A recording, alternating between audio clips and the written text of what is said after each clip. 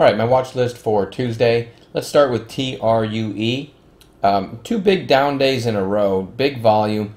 I really like this thing to go down to 16. I like the support down here at 16 tomorrow, especially if it were to do that right at the open. But if it doesn't, I still want to watch it for a narrow range for a while, maybe an upside break. I think this is set up to bounce pretty well. I like it better though if I can get it down to 16. ANGI. This was in last night's video. I talked about a lot of stocks after a gap up like this.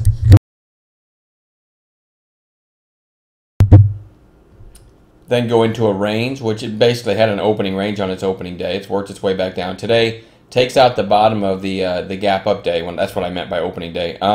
Takes out the bottom of the gap up day, but then finds buyers. So this one looks like it might continue to bounce back up now. Like maybe it just put in the bottom after taking out the lows of that gap up day. A lot of times that happens. A lot of stops right below that day, comes down, takes them out. I'm not going to put any money to work on guessing if that was the bottom. I'll only day trade it, but I do like the looks of it here for a potential move higher tomorrow. ASTI, we had a great trade in this one a couple days ago, and now you've got a couple days lower on lower volume, and this one might start to turn back up here tomorrow. So that one on bounce watch also. RKUS got a big pop the other day. Let's see, that would have been Friday. I think on a CNBC mention, but that's really nice volume for that stock today. Kind of a quiet inside day, so that also is another candidate to move higher with a proper intraday setup on Tuesday. PB gapped up on earnings 4 sessions ago, and it's been straight down ever since. Almost at a gap fill now. Certainly great support between whatever these lows are, around 14 bucks. Yeah, I mean, great support around 14 bucks, and we're at 14.62. So again, I'd like an early sell-off and move down to 14. Could get a really nice bounce in that area, but there'll be other ways to play it too. That one goes on watch. A little thinner stock than I normally play, but I definitely want to watch it. Had Garmin on bounce watch today. I did give one entry idea, and it moved up like 60 cents from there. Came down again and then bounced. It kind of did an intraday double bottom, which I'll show you here. Mentioned a possible long ride about here on the way back up this morning. Looks like during lunch it came back down, took out any stops that we're in. If people took it here and didn't sell, that's what we're day traders, so we sell into these pops. I didn't look at it again though, but it did take out the lows and then ends up going right back to the highs on an intraday basis. So I do think this one is a good look for a potential continuation of the bounce. Very nice bounce off of 49. This one might move higher again tomorrow. ANTH. This one, when I glance at this, it looks really extended. Okay. But I use the analogy, it's kind of like Gene was. This thing, every time sellers come in, it just keeps climbing higher. So it reminds me a little bit of Gene, G-E-N-E, not that long ago. And this one closed near its high, so I want to watch this one for a potential long.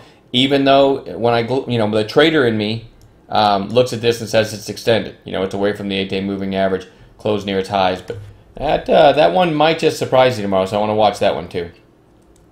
CAPN. Had a really nice close here.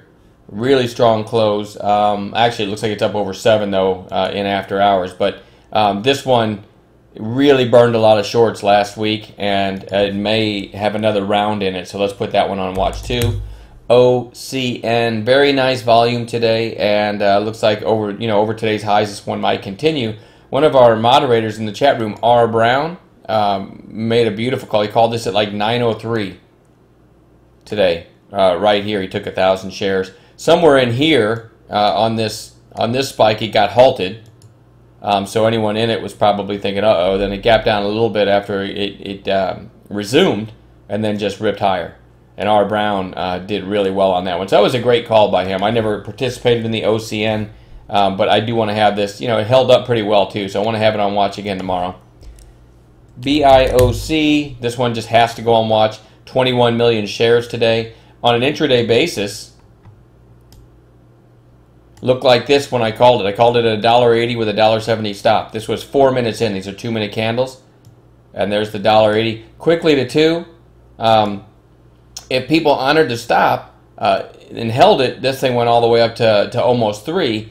But, on a gap play like this, if I get a 20% move in 2 or 4 minutes, I'm a seller.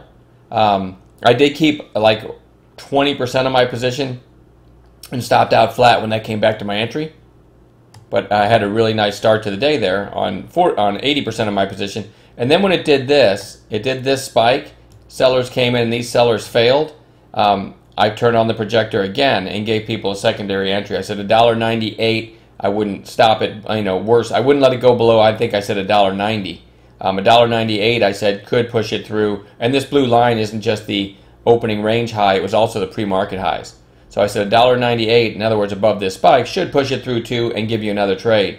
And look at that. So there was a couple entry ideas I gave in it, but the first opening gap play worked just perfectly. And anyone that took the second trade got an even much bigger move. All right, ATOS.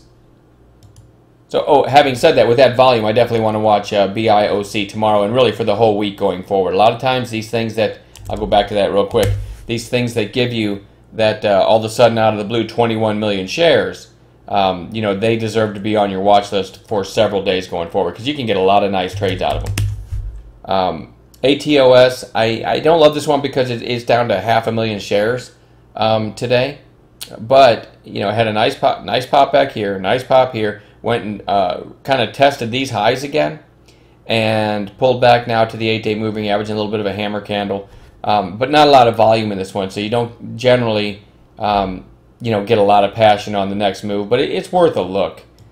Maybe some volume comes in. You got to like it over. These are 15-minute candles over this afternoon flag maybe, but this is kind of low down on my priority list tomorrow because the volume's just not really there. In my videos, I always talk about recent volume and recent passion, and that one's really not recent enough. The last big volume day, has been almost 2 weeks, so keep that in mind if you're considering a trade in that one. I also want to watch CYBR. This one was over 70 on Friday. This is the first day down. Shorts had a field day with this thing. I never did anything with it today. But if we get an early sell-off tomorrow, maybe revisits this 55 area, I will be looking for an intraday turn back up. That one could give a nice day trade. And I also want to have DGLY on watch. This one gapped up this morning. 2.4 or 2.5 million is a lot for this stock. This one can squeeze at times. A couple of us in chat did get a little bit of money on the opening range here and kind of on a second leg too. This one was very choppy at the open. But I did make a few bucks on this one myself. It did close near its lows. But if this comes, I don't know. I can't give you a scenario on how to trade this.